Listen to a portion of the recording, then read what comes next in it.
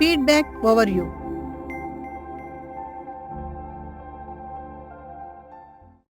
Hello teachers, బోధన దృశ్య మాలికకు స్వాగతం.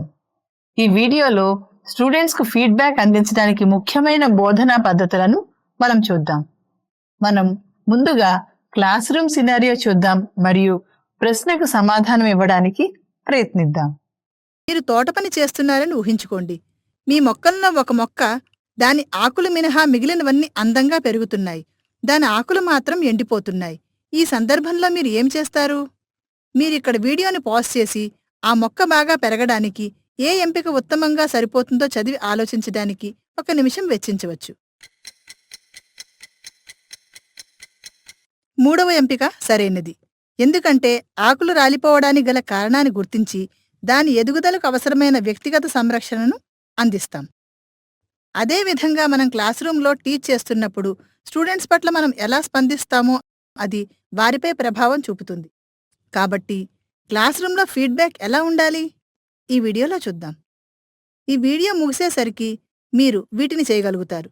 క్లాస్ రూంలో సమర్థవంతమైన ఫీడ్బ్యాక్లోని ముఖ్యాంశాలను గుర్తించడం, క్లాస్ రూంలో ఫీడ్బ్యాక్ అందించడంలో కీ టీచింగ్ ప్రాక్టీసెస్ని గుర్తించడం. క్లాస్ రూంలో ఫీడ్బ్యాక్ అనేది టీచర్ మరియు స్టూడెంట్ మధ్య అభ్యసనపై దృష్టి పెట్టి ఒకరితో ఒకరు జరిపే సంభాషణ.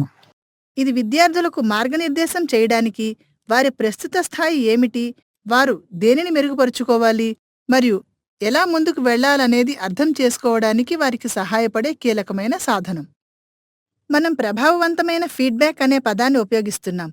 దాని అర్థం ఏమిటో ఇప్పుడు చూద్దాం. ప్రభావవంతమైన ఫీడ్బ్యాక్ సాధారణంగా చాలా స్పష్టంగా ఉంటుంది మరియు 3 కీ ఎలిమెంట్స్పై కేంద్రీకృతమై ఉంటుంది. మొదట, ఫీడ్బ్యాక్ టార్గెట్ అనగా ఒక లక్ష్యాన్ని కలిగి ఉంటుంది. ఇది స్టూడెంట్స్ పనిలోని నిర్దిష్ట భాగాల గురించి మాట్లాడుతుంది కాబట్టి దీని వలన వారు ఏమి బాగా చేయాల్సిన అవసరం ఉంది లేదా వారు ఏమి బాగా చేశారనేది ఖచ్చితంగా తెలుసుకుంటారు. తర్వాత, ఫీడ్బ్యాక్ వారి ప్రోగ్రెస్ను చూపుతుంది. స్టూడెంట్స్ వారు ఎలా చేస్తున్నారో తెలుసుకోవడానికి ఇది సహాయపడుతుంది. వారు దేనిలో మంచిగా ఉన్నారు మరియు దేనిని మెరుగుపరుచుకోవాలనేది విమర్శించకుండా ఎత్తిచూపుతుంది. చివరిగా, ఫీడ్బ్యాక్ టైమ్లీ అనగా సకాలంలో ఇవ్వబడుతుంది. స్టూడెంట్స్ వెంటనే దానిపై చర్య తీసుకునే విధంగా ఇవ్వబడుతుంది. తద్వారా వారు దానిని గుర్తుంచుకుని దాని నుండి నేర్చుకోగలుగుతారు. ఇప్పుడు క్లాస్ రూంలో ఫీడ్బ్యాక్ ఎప్పుడు ఇవ్వాలనేది చూద్దాం. సరైన సమయంలో ఇచ్చినప్పుడు ఫీడ్బ్యాక్ ఉత్తమంగా పనిచేస్తుందని మనకు తెలుసు.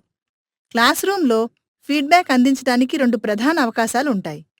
1, during the learning process. Students ఒక పని చేస్తున్నప్పుడు వారు దానిని పూర్తి చేయడానికి ముందు సర్దుబాట్లు చేయవచ్చు మరియు మెరుగుపరచవచ్చు.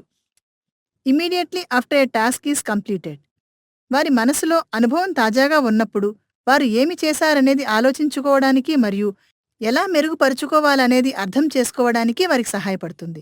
క్లాస్ రూంలో విద్యార్థుల అవగాహనను మరింత లోతుగా చేసే ఫీడ్బ్యాక్ అందించడానికి 2 కీ టీచింగ్ ప్రాక్టీసెస్ ఉన్నాయి.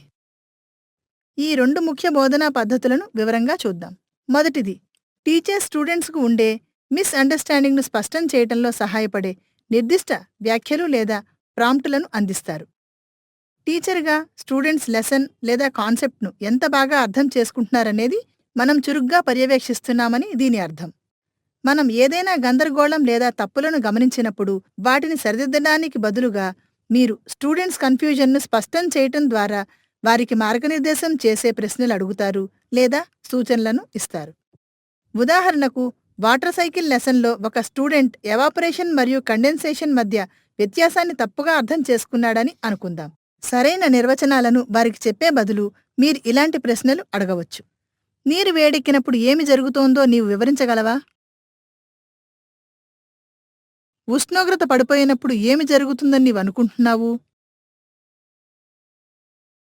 ఈ ప్రాంప్ట్స్ స్టూడెంట్స్ను ప్రక్రియ గురించి మరింత లోతుగా ఆలోచించమని ప్రోత్సహిస్తుంది మరియు వారు ఎక్కడ తప్పు చేశారనేది గ్రహించటంలో వారికి సహాయపడుతుంది.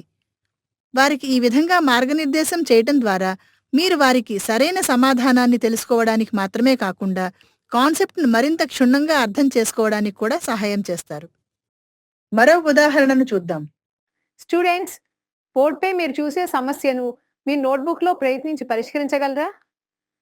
సరే, ఇప్పుడు మీ నోట్బుక్స్ను నాకు చూపించండి.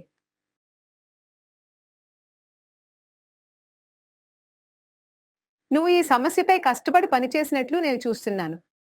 నువ్వు ఈ ఫ్రాక్షన్స్ని ఎలా యాడ్ చేసావో చూద్దాం. నువ్వు న్యూమరేటర్ మరియు డినామినేటర్లను నేరుగా యాడ్ చేయడాన్ని నేను గమనించాను. ఇది సర్వసాధారణ పొరపాటు. యాడ్ చేయడానికి బదులు ముందుగా మనం ఒక కామన్ డినామినేటర్ కనుగొనాలి.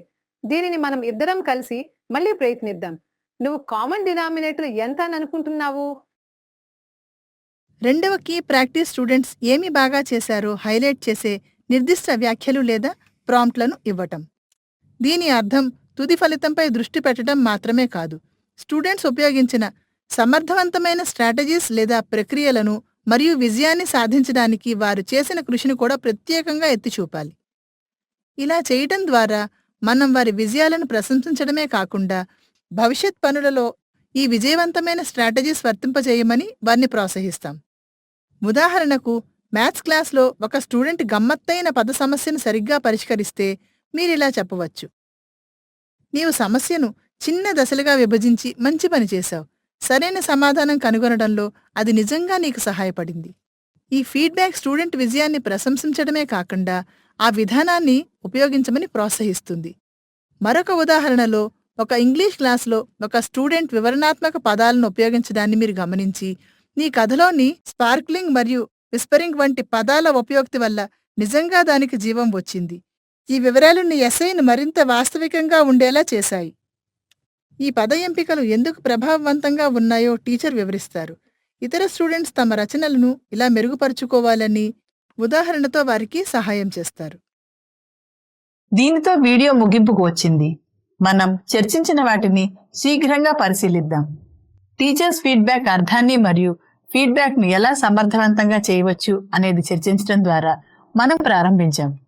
స్టూడెంట్స్ అవగాహనను బలోపేతం చేయడానికి ఫీడ్బ్యాక్ ఎప్పుడు ఇవ్వాలి మరియు ఫీడ్బ్యాక్ అందించే కీ టీచింగ్ ప్రాక్టీసెస్ మనం చూసాం. రాబోయే వీడియోలో క్లాస్ రూమ్లో కీ టీచింగ్ ప్రాక్టీసెస్ అమలు చేయడానికి మనం నిర్దిష్ట వ్యూహాలను చూద్దాం. ధన్యవాదాలు.